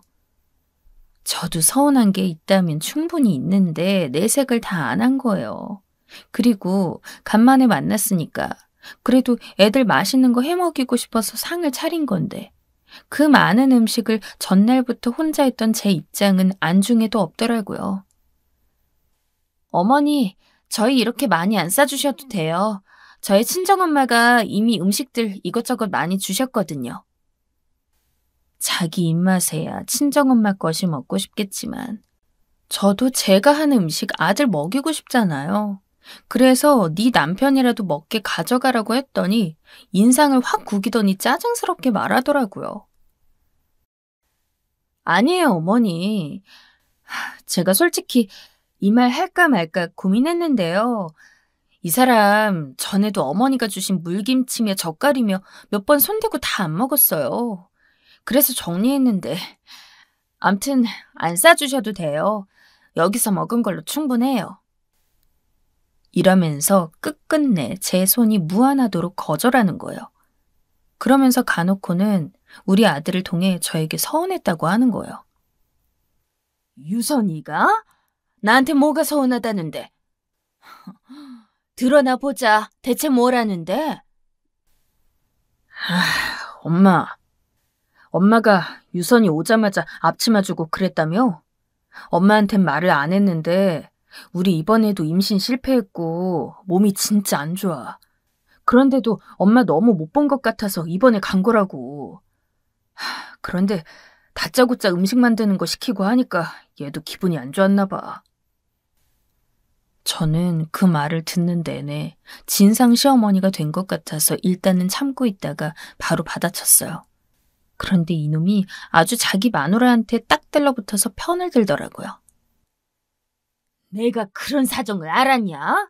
그럼 미리 말해줬어야지. 내가 뭘 그렇게 잘못을 했어? 니네 먹이겠다고 며칠 전부터 니네 아빠 끌고 다니면서 힘들게 마스크 쓰고 장 봤어. 유선이 힘들게 하고 싶지 않아서 음식들 다 했고 왔으니까 음식 같이 옮기자고 옷에 묻으면 싫을까 봐 내가 앞치마를 준 거야. 그런데 그게 잘못이라고? 이러는데도 아들은 머리를 박박 긁는 건지 하여간 중간에 껴서 자기도 정신이 사나웠던 모양이에요. 대충 알겠다고 전화를 끊어버리는데 너무 기분 나쁘더라고요. 애들 죽겠다고 음식도 밤 늦게까지 산적꼬지 끼워놓고 다른 반찬들 밑재료 만들어두고 그 많은 가짓수 중에서 제가 며느리에게 시킨 건 음식 같이 덜어서 상에 차리는 거 그리고 다 먹고 난 다음에 설거지예요. 이게 그렇게 기분 나빴다고 저 몸 힘든데 시켰다고 불만이라뇨. 나한테 지들 상황 말해준 것도 아니고 제가 무슨 재주로 안답니까? 이날을 기점으로 해서 안 그래도 얼굴들도 잘 못 보고 있는 사이에 점점 며느리와 골은 깊어지게 되었어요. 그러고 시간이 좀 지나 크게 일이 터졌으니 바로 우리 남편이 다니고 있는 직장에 확진자가 나온 거예요. 그 길로 저와 남편은 생전 처음으로 검사도 받아보고 다행히 음성이 뜨긴 했지만 밀접 접촉자로 분류되어 자가격리를 하게 되었어요. 이런 사실을 아들에게 알렸더니 엄청 놀라긴 하더라고요. 자기들은 이미 이런 상황들을 숱하게 겪었지만 제 엄마 아빠도 그렇다고 하니 여간 걱정이 아니었나 봐요. 엄마, 그래서 뭐 먹고는 있어? 어떡해. 엄마는 아픈 데 없고? 이렇게 통화나 겨우겨우 하며 시간을 보냈는데 전 이때 놀라운 사실을 하나 알게 되었어요. 사실 썩 며느리 소식을 듣고 싶었던 건 아니지만 이때 아들이 말실수를 한 거예요. 엄마 그래도 음성 나와서 다행이다. 우리 장모님이랑 유선이도 이번에 저기 지방으로 여행 갔다가 하필 거기서 또 나와가지고 다 같이 검사 받았거든. 여행? 네 장모님이랑 유선이 말이야? 요즘 같은 때에 여행을 간 거야? 이때 아들은 순간적으로 침묵이 일어나더니 한참을 조용히 있더라고요. 전 이때 한 가지 궁금한 게 있어서 물어봤는데 그나마 완전 최악까진 아니더군요. 너도 따라갔어? 너도 간 거야? 아니, 난 못 갔지. 유선이가 회사에 휴가를 내서 장모님 모시고 갔다 온 거야. 그게 제주도 다녀왔거든. 결국 아들은 단순해서 그런지 제가 묻는 대로 줄줄 털어놨어요. 솔직히 이 상황이 이해가 되시나요? 자기 시댁에는 1년 만에 와서 반나절 겨우 머무르다 갔으면서 그때 몸 안 좋은데 자기 시켰다고 불만이 넘쳤잖아요. 그래놓고 본인 친정엄마랑은 제주도 여행도 3박 4일로 갔다 오고 그런 와중에 또 뭐가 문제가 되었는지 우리 아들까지 검사를 받게 되었다는 거예요. 솔직히 자기 엄마랑 어딜 가든 제가 뭔 참견을 하겠습니까? 그런데 우리 집을 시댁이라고, 아니 더 나아가 저를 시어머니라고 무작정 벽을 쳐버리는 건 좀 아니잖아요. 제가 하는 행동은 사사건건 불만을 갖고 말이에요. 이렇게 되다 보니까 정말 너무 불쾌하고 속이 쓰리지만 신우가 저를 살살 약올리던 말들, 우리 남편이 제 화를 돋우던 순간들 등 많은 것들이 생각나는 거예요. 올케가 그렇게 며느리를 다 풀어주니까 며느리가 올케를 밥으로 보는 거야. 그러니 완전히 다 잡혀 살고 찍소리도 못하고 있지. 요즘 올케처럼 며느리 시집살이 하는 시어머니들이 한둘인 줄 알아? 하필 제일 싫어하는 종자한테 들었던 소리를 이렇게 되새기며 더 싫어진 존재에게 이 잣대를 들이대게 된 거예요. 이때부터 저는 아마 좀 벼르고 있었던 걸지도 몰라요. 그리고 더 웃긴 건 작년 추석 때는 또 핑계대고 안 오겠다고 하더라고요. 이젠 저도 꼬인 건지 다 핑계처럼 느껴졌어요. 어머니, 저 이번에 검사 받을 게 있는데 그게 시간이 겹쳐서요. 그리고 의사가 장거리로 다니지 말라고 해서 아무튼 가기 어려울 것 같아요. 그래도 구정배 뵀으니까 코로나가 언제 끝날지 모르겠지만 끝나면 자주 찾아뵐게요, 어머니. 듣다 괘씸해서 저도 이때 좀 작정하고 싫은 소리를 했는데 얘 하는 것 좀 보세요. 예, 유선아. 내가 이런 말 안 하려고 했는데 넌 어쩜 그렇게 우리 집에 오는 게 싫으니? 코로나도 코로나지만 평소 자주 부르는 것도 아니고 1년에 명절 딱 2번이잖아. 한 가지만 물어보자. 너 친정에도 이렇게 다니니? 내가 정훈이한테 한번 물어볼까? 이렇게 저는 아들에게 들은 게 없는 것처럼 며느리에게 물었고 이 정도까지 말하면 자기도 눈치를 좀 볼 줄 알았어요. 그런데 아니더라고요. 어머니, 전 그런 적 없는데요. 친정이나 시댁이나 다 똑같죠. 우리 친정엄마도 못 본 지 벌써 2년이 넘었어요. 왜 그렇게 화가 많이 나셨어요? 뭐 힘든 일 있으세요? 정말 조금도 눈을 깜빡하지 않고, 아니, 전화상이니까 저도 모를 일이지만 암튼 거짓말을 하는 거예요. 아들이 그런 걸로 거짓말했을 리도 없고 제주도 몰래 다녀오는 길에 어디 걸려서는 검사까지 받게 했다잖아요. 그런데 이런 얘기를 시시콜콜 거들면서 더 따질 수도 없고 얘 말하는 말투부터가 얘기가 잘 안 풀릴 것 같았어요. 그리고 저도 이제 어쩔 수 없이 며느리가 꼴 보기 싫은 시어머니가 되어버린 거예요. 그다지 보고 싶지 않고 내키지 않지만 내 아들을 보기 위해서라도 혹은 그래도 억지로 엎드려 절받기를 위해서라도 가족 행사 때 불러대는 시어머니가 된 거죠. 전 최대한 편하게 해주려고 하는데도 그런 걸 아주 당연하게 여기고 말끝마다 퉁명스럽게 받아치는 며느리가 어찌 이뻐 보이겠어요. 게다가 아무렇지 않게 거짓말하는 걸 보니 더 지독하게 싫어지더라고요. 그래서 추석도 패스하고 연말에도 아들로부터만 영상통화가 왔을 뿐 며느리는 코빼기도 비추지 않더라고요. 그때도 심지어 아들이 자기 부인을 부르는 소리가 들렸어요. 유선아, 엄마 아빠 새해 복 많이 받으시라고 말씀드려. 감사 인사 정도는 해야지. 이렇게 속삭이는 소리가 들리는데 며느리가 싫은 내색을 한 건지 아들이 한창 술렁이다가 다시 마무리를 하고 끊었어요. 그때 저는 계속 씩씩거리면서 벼르고 있었는데 올해 구정에는 더 이상 참을 수 없겠더라고요. 그 사이 아들네는 이사를 했기 때문에 이전보단 좀 더 가까워졌고 이사하는 과정에서 남편이 얼마 보태주기도 했어요. 그런데 그 돈을 받아갈 때도 아들 녀석만 와서 잠깐 다녀갔고 며느리는 결국 지들 살 집에 부어주는 돈인데도 감사 인사를 전화로만 하더라고요. 그것도 딱 지 시아버지한테만 하고 저한테는 연락도 안 했어요. 그렇게 감정의 골이 깊어지다가 구정이 되니 저도 이젠 얘네를 불러야겠다는 생각이 들었어요. 우리가 보태준 돈으로 이사도 했고 저희가 그 집에 가본 것도 주변에서 서성이다가 구경 한번 해본 게 다였어요. 들어가서 제대로 본 적도 없고요. 그거 한번 집들이 할 생각도 안 할 테니 다 필요 없고 명절을 우리 집에서 같이 쇠자는 생각이었는데요. 이때 아들에게 전화를 걸었다가 저는 제 귀를 의심할 수밖에 없었어요. 옆에서 중얼거리는 며느리의 말을 듣고 난 뒤 모든 것을 되돌릴 수 없게 되었거든요. 아직도 저는 얘네들을 어떻게 이혼시킬 방법이 없나 고민인데 아는 바가 없고 등신 같은 아들 녀석이 별 대책이 없어서 답답하네요. 이번 구정에는 유선이랑 같이 와라. 와서 오래 있을 것도 없어. 그냥 간단하게 떡국 먹고 세배만 하고들 가라. 얼굴은 봐야 되지 않겠냐? 그랬더니 아들은 약간 망설이더니 알겠다고 하더군요. 그런데 이때 아들 반응도 시원치 않았기에 뭔가 눈치를 보나 싶어 전 무척 화가 나 있었어요. 근데 아들은 대답과 동시에 버튼을 대충 누른 건지 전화가 끊어진 줄 알았던 거예요.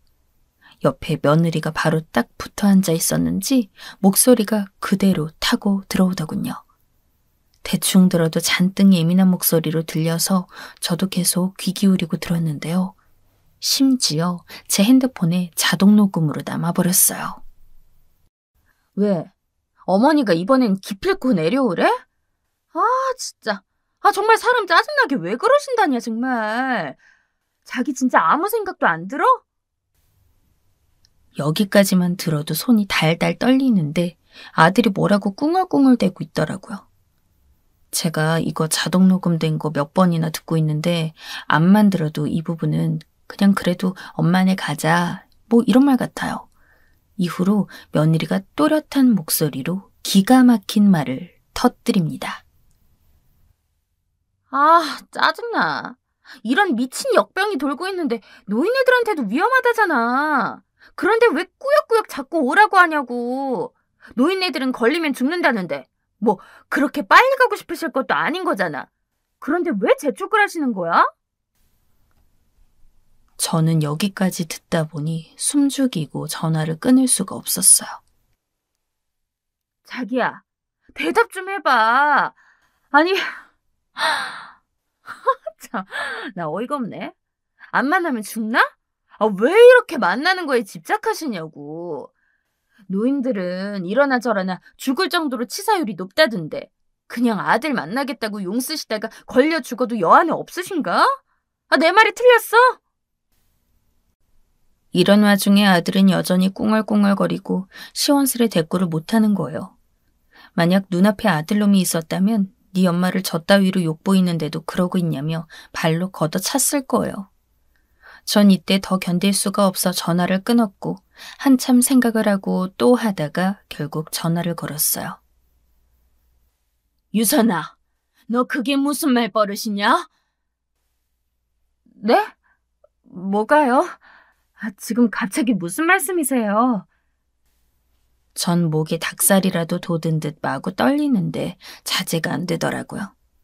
닭 울음소리 마냥 달달 떨면서 며느리한테 마구 따졌고 제 아무리 툭툭거리고 고자세인 며느리라도 여기선 할 말이 없었나 봐요. 뭐? 노인네들은 죽어도 여한이 없냐고? 너 평소에 나랑 네 시아버님을 노인네라고 부르고 있었냐? 너 어디 말 좀 해봐라. 아까 정훈이 전화 끊고 너 중얼거리는 거 나 다 들었다. 말해봐. 이때 흠칫 놀랐는지 며느리도 거의 한참을 말 못하고 있더라고요. 얘가 그렇게 지 할 말 다 하고 퉁퉁거리는 앤데 하여간 이렇게 아무 말도 못하고 멈춰있는 건 처음 봤어요. 저기 어머니, 그게 오해는 마셨으면 좋겠는데. 유선이 너 어차피 죽을 노인네들이 그렇게 지겨우면 그냥 다 끊어버리고 집어쳐라. 네가 제일 나쁜 애 아니니? 너 그렇게 우리가 싫으면 왜 우리한테 돈은 받아가지고 니들 집 사는데 보탰어? 니네 친정엄마한테 달라지 그랬어. 중간에 네 친정이랑 제주도 놀러다니고 하는 거 내가 모를 줄 알았니? 우리한테 돈은 돈대로 빼먹고 명절 계속 건너뛰다 구정 때 한 번 오라 했더니 그게 그리 기분이 나쁘든? 며느리의 침묵은 계속 길고 길게 이어졌고 남편은 이게 무슨 일인가 싶어 미간을 찌푸리더라고요. 예, 더 길게 말할 거 없다. 안 와도 된다. 네 남편만 보내든지 그게 싫으면 그것도 마라. 대신 너 말이야. 곧 죽을 노인네들 돈 받아서 뭐하는 짓이니? 돈도 빌려겠다. 노인네들 빨리 죽어야 네가 편한가 본데 나도 더 이상 못 참겠다. 저번에 네 아버님이 보탠 1억 7천 당장 내일 안으로 되돌려놔라. 안 그럼 내가 코로나고 뭐고 다 뒤집고 니네 사돈한테 만나러 가서 그 돈 받을 거야. 제 말에 며느리는 그제서야 자기가 한 일을 알았는지 들리지도 않는 말을 막 하더라고요. 계속 어머니가 잘못 들으셨다, 오해한 거라나요? 그런데 이게요, 제가 1년 전에 보이스피싱 당하기 직전까지 간 뒤에 통화 자동 녹음을 해놨었어요. 아들한테 이 사건을 말했을 때 자동 녹음 해두라고 들었고 제가 할 줄 몰라서 작년 구정에 아들이 해줬거든요. 별 도움은 안 됐지만 자동 녹음이 이상한 데에서 제 역할을 했네요. 너 그럼 네가 와서 여기 녹음된 내용 들어볼 테야? 네가 화내는 소리 여기 다 녹음됐다. 몇 번을 들어봐도 같은 말이야. 그래도 아니라고 할 수 있냐? 녹음 얘기를 꺼내니 며느리도 자신 없었나 봐요. 그러고 한참을 입 다물고 있더니 죄송하다고 계속 앵무새처럼 읊길래 저도 돈 내놓으라는 소리만 똑같이 받아쳤어요. 됐어. 돈 내놔. 돈 내놔. 돈 내놔. 그 돈 빌려주고 니네 아버님이며 나며 이 힘든 와중에 계속 일 나가고 있어. 그 돈 먹고 노인네들끼리 알아서 죽을 테니까 돈 내놓으라고. 정말 웃기는 게 이후로 곧장 아들이 전화와서 사정하고 난리가 났지만 전 전화를 받지 않았어요. 얘네들이 정말 웃기는 게 그날 저녁 9시가 넘어서 우리 집으로 한창을 차로 달려서 왔더라고요. 문 열자마자 며느리는 무릎 꿇고 울며 죄송하다고 우는데 솔직히 저도 제 자식이 아니라 그런지 그다지 안쓰럽지 않더라고요. 역병 걸려 죽을 노인네 취급까지 당한 마당에 싫을 수도 있는 거잖아요. 자야 하니 나가라고 쫓아냈고 결국 아들은 대출을 받은 건지 처가에서 어떻게 한 건지 그 이후로 아주 일부 금액을 보내왔어요. 하지만 전 얄짤없이 자식이고 뭐고 없으니 돈 내놓으라고 하고 있는 중이에요. 남편은 처음엔 자세한 사정을 모르고 또 저를 놀려대다가 녹음 내용을 듣더니 얼굴빛이 나빠지더군요. 이 코로나 시국에 우리는 우리 집 외에도 얼마 재산이 있기는 하지만 그래도 좀 더 노후를 안정되게 하고 싶어서 계속 열심히 생계를 지키기 위해 각자 일했습니다. 상황이 상황인 건 이해하지만 최소한의 도리나 마음 표현이라도 하는 게 그리 어려운가요? 며느리도 며느리지만 크게 대응 못하고 잡혀 사는 아들놈도 공범이나 다름이 없다고 봐요. 아내가 본인 부모님을 저 지경으로 불러도 따끔하게 말도 못하고 사는데 그런 자식놈을 위해서 이 고생을 하고 산다고요? 어림도 없죠. 아직 다 받으려면 시간이 걸리겠지만 전 돈 다 받을 거예요. 지 시애미가 70대 중반이라고 다 죽은 송장 취급을 했던 며느리. 이젠 제발 우리 집에 오겠다는 걸, 어머니 붙잡고 한마디만 하고 싶다는 걸 제 쪽에서 거세게 쫓아내고 있습니다.